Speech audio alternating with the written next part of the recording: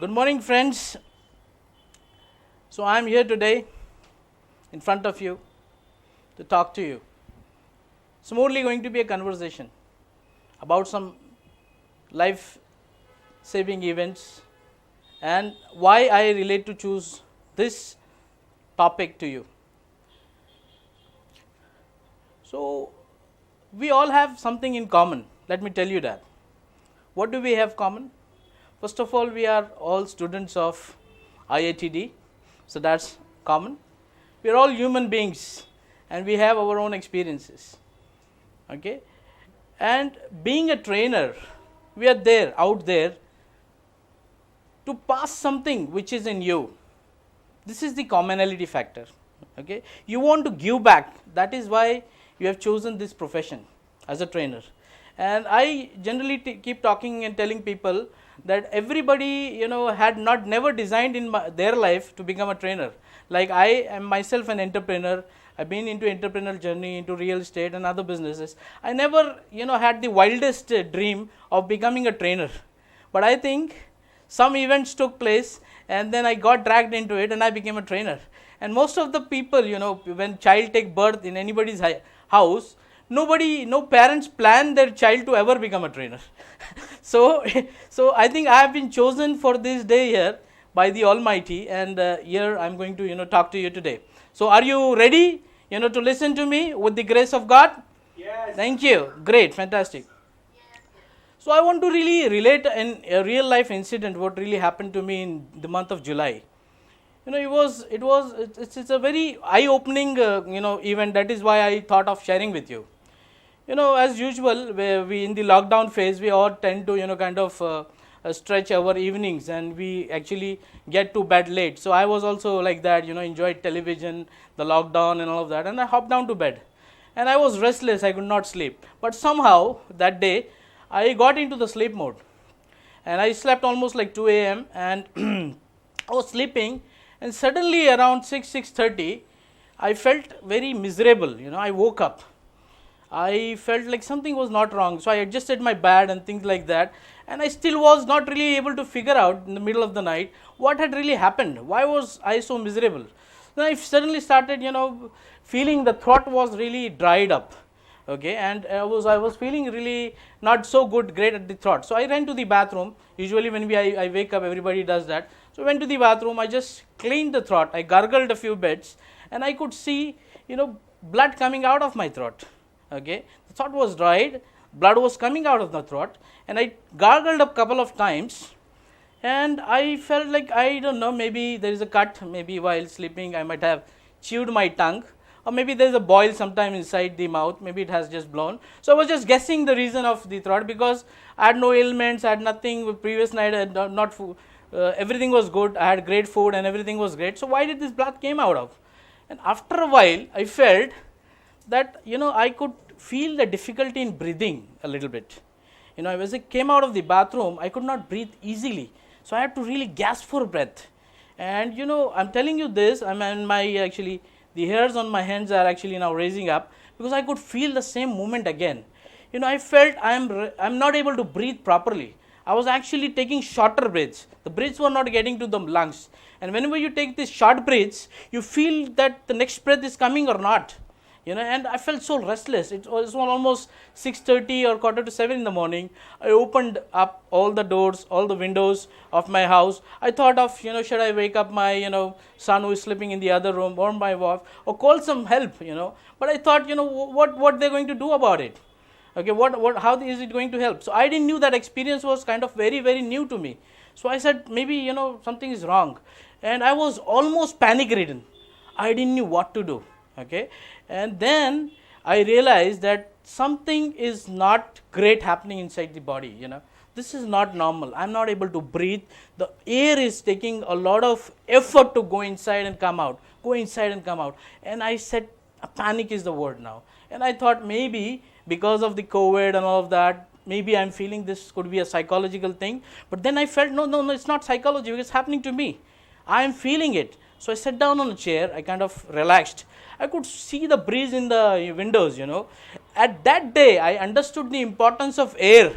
I could see the air going on, but the air was not going in my nostrils. I was begging for the air to get inside my nose and come through me. That day, I really understood the importance of air and the breath and the oxygen, what God has gifted me. And this really lasted. And then I relaxed a bit and I started taking shorter breaths. I started, getting my breath back. Then somebody, there's a lot of gyan nowadays on COVID.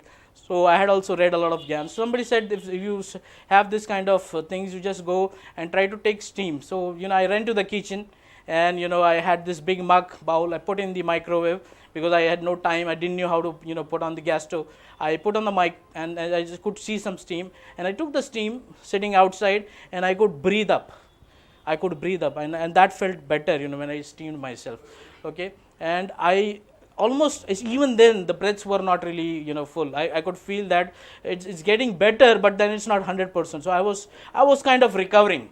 I felt that this could be the moment maybe God has destined for me. And I think whenever I previously heard about people who were infected with COVID or went to the hospital or somebody died, for me it was like news. It was like far off. It's not going to happen to me because I'm taking the precaution, everything is good. It's not for me. This is the usual response what we feel, that this is happening in for some people, but that's not for you, because we all feel that we are somehow having that kind of immunity or the aura or some kind of relationship with God which is going to save us from this. But that moment I understood that maybe this is the last moment, and race, I think this is it, and this is the end of it. But then I could understand that I am getting my breath back. After this whole 2 hours of exercise, I was back to normal, my friends. I didn't know what to do. I wanted to share this incident to my family and my friends and all of that. But then I said, I had a self-talk to myself. I said, if this is it, and God showed me a trailer, and He pulled me back again on this, there has to be a purpose for me still. My time has not come, And from that day onwards, my friends, I started taking every day, every second, every hour of my life more seriously. Every relationship of mine more seriously. I got more religious. I'm a very religious, conservative person. But from that day onwards, I took every opportunity to thank God, thank people, thank my, I was like, I almost felt like I have taken a rebirth. Maybe might feel like an exaggeration, but that's a real feeling. I felt like that moment, I felt I'd all given up. I'd just gone back to where I belong. But then I'm here today, and I felt from this exercise and that day onwards, I felt this whole journey about me is to give back. I was always feeling that no, I had not enough experience. I need to really prove myself. I need to have more, numbers. I need to have more amount of experience. I need to do this. I need to do this. And I never felt that it's never ending. You are never going to be complete. But from that day onwards, I felt that whatever knowledge, whatever experience, whatever life challenges has thrown to me, now it's my time to give it back to the people as it is, because we all don't know how much time we have got in the planet. So let's put our best foot forward and give it back to the world. So coming back, my friends, why did I share this subject? I will share my slides with you. Okay, can you see my slides? Okay, fantastic. So let me just, okay, fine. So this is a recent survey was done in August. I hope I'm audible. Every 15th person is exposed to COVID-19. I just discovered this because I become more conscious of the fact about COVID. Now yesterday I read a survey. WHO says 10% of the world population is infected with COVID. We don't know where is it going. We don't know. Okay, but we certainly know where we are going, my friends. Okay, we have chosen to be trainers. We have chosen to be trainers, and as trainers, what difference can we make? This is the number one question I keep asking myself daily morning. As a trainer, as an entrepreneur, what difference can I make with this little life I've got? And I don't know how much long it is. Okay, so many states are facing so many problems, and I'm sure you are most aware in the news that so many problems India specifically is facing right now. So our responsibility has become more as a trainer and an entrepreneur.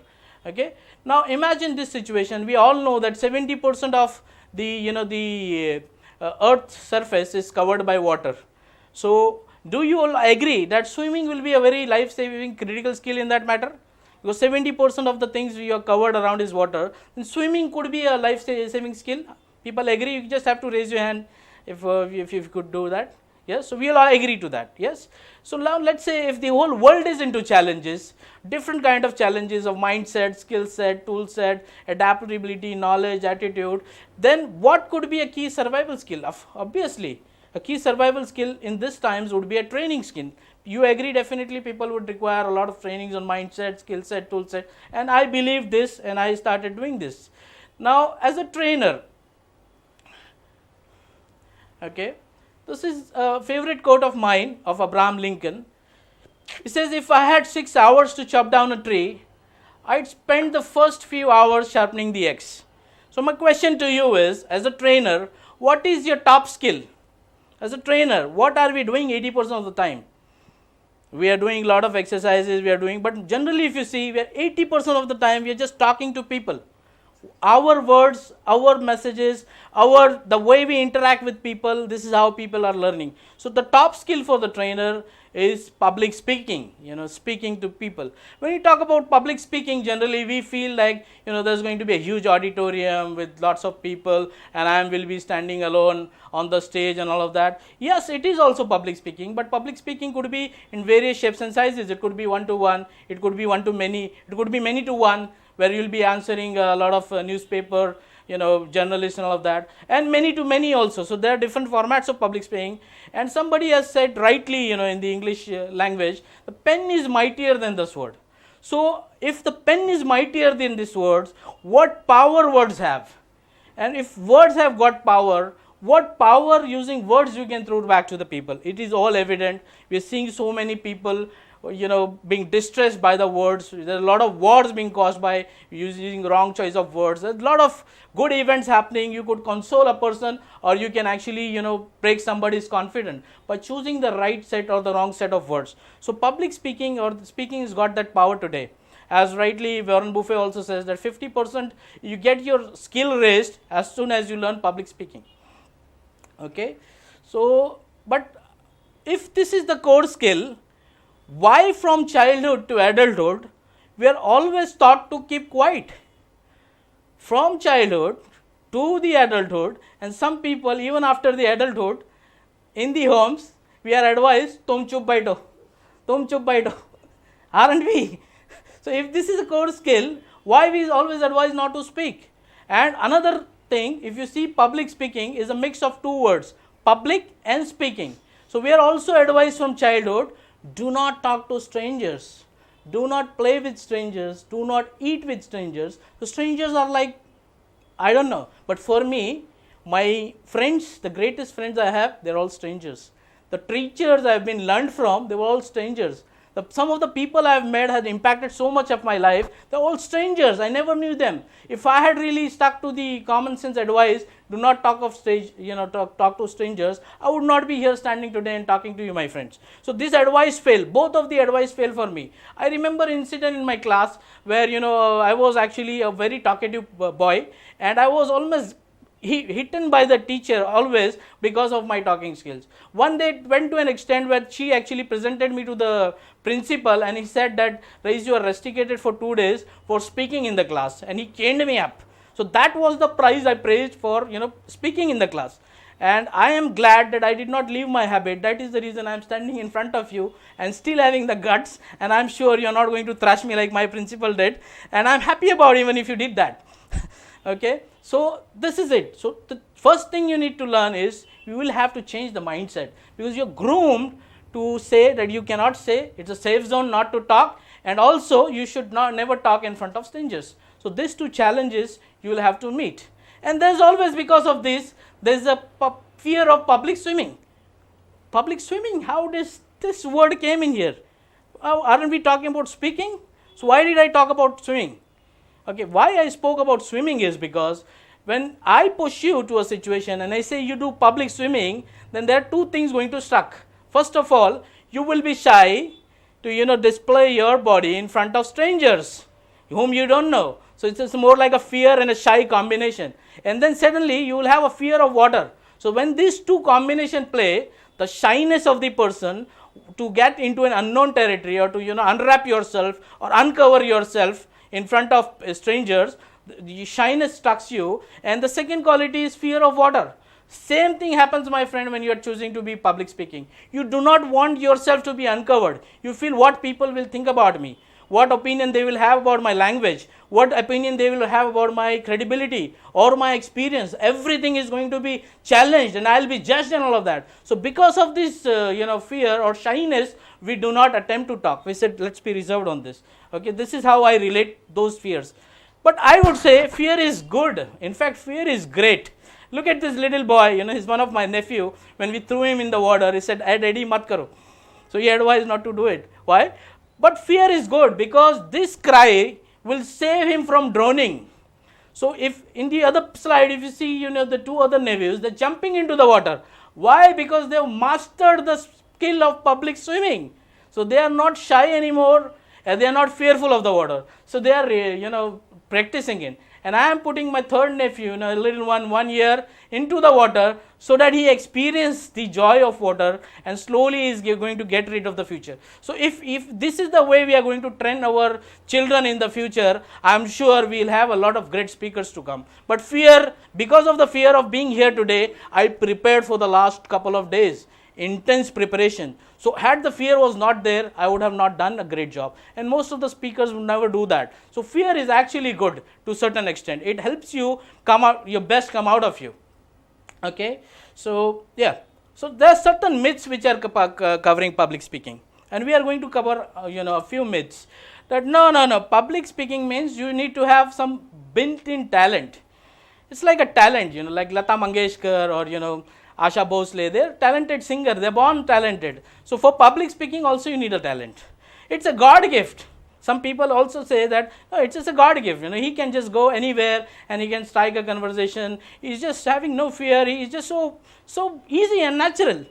And the third myth is no, you need to master language.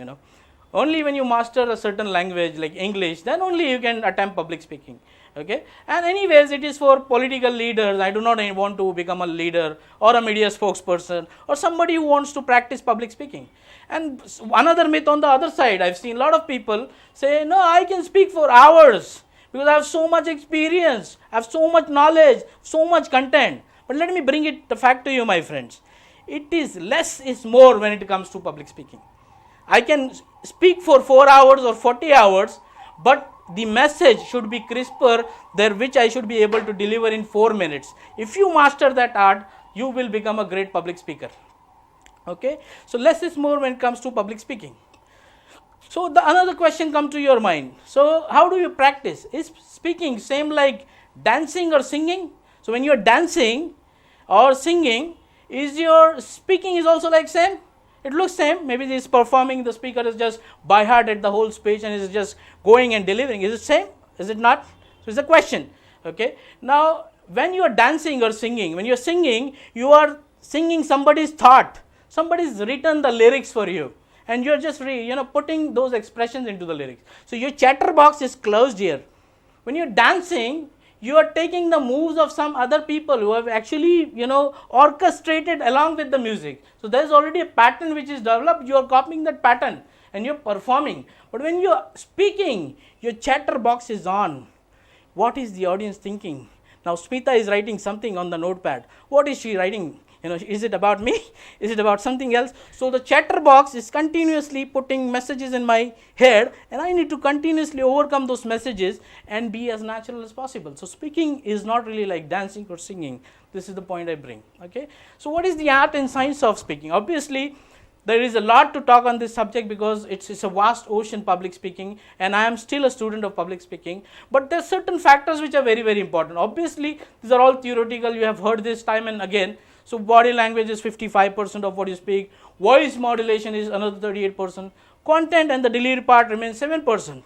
Okay. So here I'll bring a little bit, I want to do an exercise. Maybe I need 4 volunteers, among you, where we will try to, experiment a little bit about public speaking. So I can have 4 volunteers. Who is going to volunteer? Let's say Kadambari, I can see on the screen. I can see Janvi on the screen. Okay, so anybody else want to volunteer? I need 4 people. Okay, all right. So I start with Kadambari ji.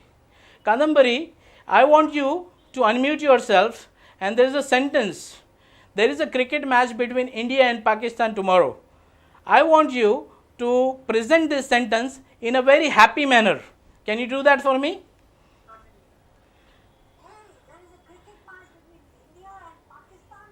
Wow, fantastic, fantastic, great. All right, so I would need another volunteer, an angry man. Who's the angry man in the class? Anybody wants to volunteer? Yeah, Mr. Vivek, you want to volunteer, or Mr. Shetty? Okay, Mr. Vivek, kindly unmute your mic. Okay, and I want you to say the same statement with a little bit of dash of anger.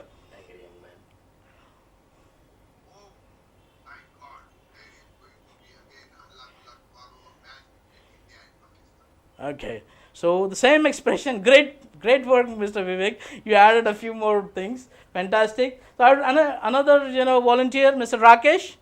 Okay, I want you to show a dash of excitement when you talk about this particular thing now.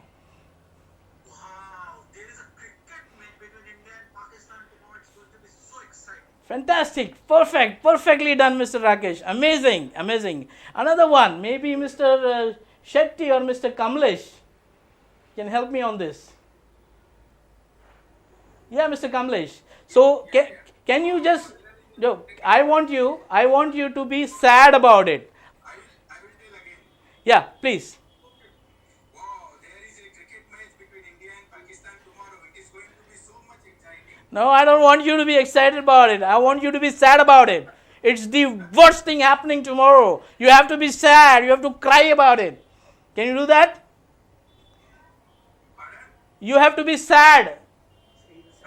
Sad, yes. Oh, there is a cricket match tomorrow between India and Pakistan. Our whole schedule will be Great. So you can understand this, a little bit of flavor I am giving of public speaking, how a single statement can change with the way you speak that statement. Okay, and who are your levels generally? Who are your audience? Generally, when you are speaking in public or one-to-one or one-to-many, there are only 3 groups you are going to talk about.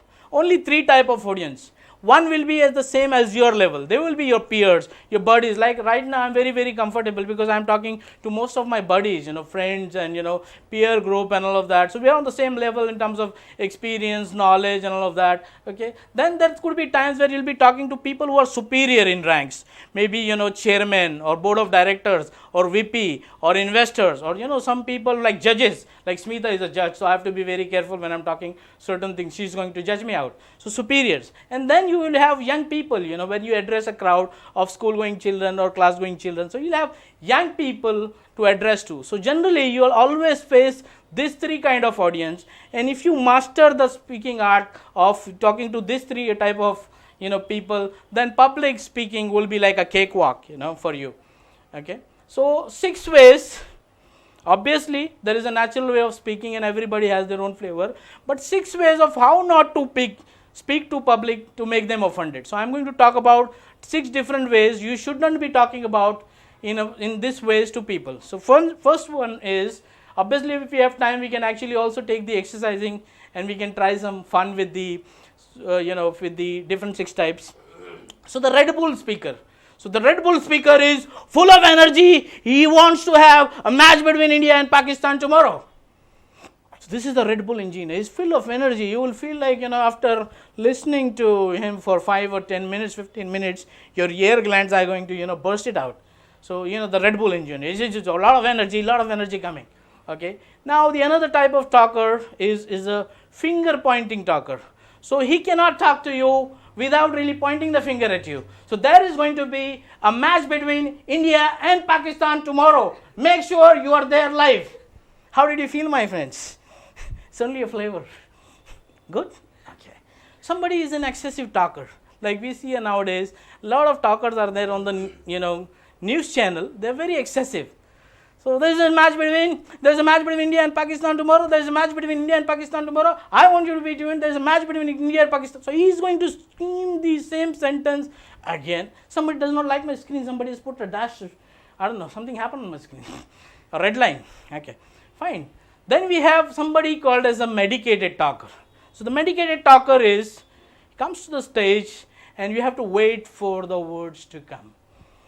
So he's going to say, there is a match between India and Pakistan tomorrow. How is the experience listening to some of the people like this? I'm sure you'd love it. Yeah. And then there are some people who cannot control the hands. They are called the hand droppers. So they keep on dropping the hands. So they will talk to the same statement. There is a match between India and Pakistan tomorrow. Okay. So they raise the excitement when they raise the hand and drop the excitement. So the audience is, back and forth. They don't know what to do. Be excited or sit comfortably. Be excited or sit comfortably. They don't know. So the hand dropper makes you nervous after a while. Okay, you want to just get out of the seat and just go and have some coffee, take a break. Okay, and then we have this super type and the chin pricking type. So they have to prick the chin when they are talking. So they will be talking like this. So we have a match between India and Pakistan tomorrow. Okay, so how do you feel about it? Great, good. So these are the certain ways of how you should not be talking to your audience, because this is the most bright way to upset your crowd, and obviously you will offend a lot of people if you talk. So there are certain tricks how to talk. How do your natural modern talking happens? How do you become your personality comes out in a modern natural talk? We are going to definitely learn more about it. Okay, before we get into the next slide. If we have time, we will take experiments with 6 people. So what are the 6 different elements of effective speaking? Okay, so whenever you're speaking, these are the 7 parameters, 7 elements you have to have in your mind. Who is the speaker? What is your credibility on the subject? What are you going to speak about? Okay, what is the one core line message about? Like for example, today entire presentation is based on public speaking. I am only insisting the fact after fact, public speaking.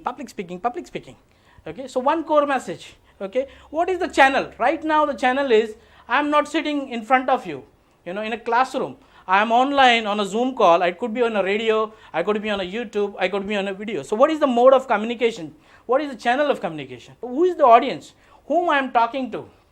Is it the right audience? I am talking to people above me, same level, below me, what crowd? It is very, very important to understand whom you are delivering this message across. Okay, the feedback. Now from the feedback, seeing obviously in my screen I cannot see everybody's face, but I feel that a lot of people are thinking about public speaking. Oh, isme itna sara hai? I could make out from the faces. Some of the people are yawning, so I understand that maybe the content part is more, I need to reduce on the content. So from the feedback of the audience, live feedback, I can actually make my presentation more interactive, more. So it's like taking the feedback and acting on it. The interference could be somebody unmuting the mic, suddenly somebody happening to the internet connection. Whatever disturbs your communication pathway is an interference, and that is also you need to be covered as part of your subject. And the situation, what is the situation about? Why are you speaking right now? Is it because to honor somebody? Is it because of project? Is it because you are paid and come and you did not sleep, but you are paid to come and speak? What is the situation? And your talk should be according to a situation. Okay, if it's a Thanksgiving, your expression should be like that. If it's a morning discussion, your expression should be sadistic. You should talk very nicely. If it's an exciting relay of competition or motivation, then it should show in the pitch of your communication. So situation you have to read properly. Obviously, when you go to the public speaking class, you will learn a lot about this. So that is the reason I am hosting my own favorite signature program, the Tipping Point, which is coming on this 3rd November on public speaking. It's a 1-month batch, and it will be weekend, Saturday, Sunday, 6:30 p.m. Okay, recordings will be available. Obviously, I have a training center, so people who want to do live practice can come down. There will be a membership to my FB group. And what I am going to do is a video record all the sessions on public speaking, because I am a learner and a student, and give lifetime access to that. Okay, so that is the takeaway. Now, why did I name the Tipping Point? Believe me, my friends, whatever you have done till now, only you know. It's like jungle mein mor nacha kisne dekha. If you want this to bring out to the people, you have to talk about it. So you have to become a speaker. You have to bring out those stories, from your life experience, share to the world, and the world knows you better. And for IETD people, my favorite people, my greatest friends and foes and brothers and sisters, it is going to be 50% off. I came here, I gave my heart out. And when I'm training, rather than I feeling how I am doing my part or I am appearing, I feel like what value I've given out in 30 minutes to the people. Are they really happy in receiving the value which I have given? Is it really adding value? Have I added value or not? This is the evaluation which I do myself. Okay, and every talk, every time I do this evaluation, and I want to really quote this example because very recently it happened. The CSK and Sunrisers match, Dhoni was batting for CSK and he was almost out of breath. He already almost collapsed. They called the pediatrics and they could see he was fainting on the field. And they were chasing and he was fainting, he could not run out. First time in my life I've seen a cricketer with the strength and stamina of Dhoni trying to challenge his own inner self. Okay, ultimately CSK lost the match with some runs, but you know what, Dhoni gained the respect in my heart again. At the end his efforts matter. Never give up efforts which he shown on the field, that even if you could not make up with the breath, even if you need a pediatric doctor coming and visiting, even after all of that he was there on the field till the last ball is bowled. Never worry about the results, my friend, whether you're going to pass it out, what the world is going to do with you. Just go out and give your best, and that the world will acknowledge. And in between these times, I read a very beautiful book, and I want to really end my talk with this saying of this beautiful book. The book name is called Die Empty, and the author is Todd Henry. And he asked a question in the book, which is the richest place in the world? And I want to ask you this question, which is the richest place do you think in the world is? Now obviously it's a thought process. Grave, okay, fantastic, somebody correct it. But a lot of people said the oil field of Gulf, some people said the gold mines of Africa, and the diamond mines of Africa, and he said graveyard.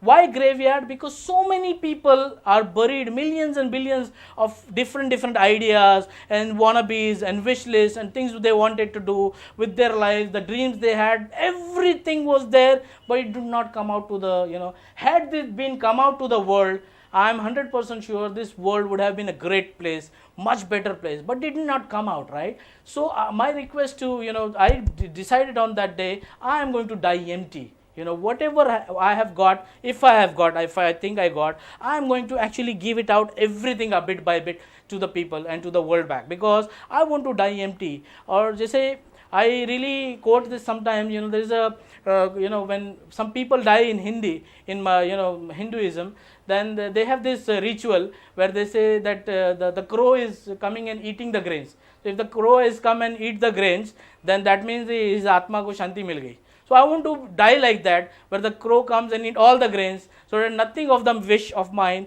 are left on this planet, and I have given everything, whatever little information I had, back to the world, and I am dying empty. So that is the message which I want to leave you with. Have a great blast, take charge of your life. Public speaking is the spearhead which you are going to leave to lead the world. Thank you.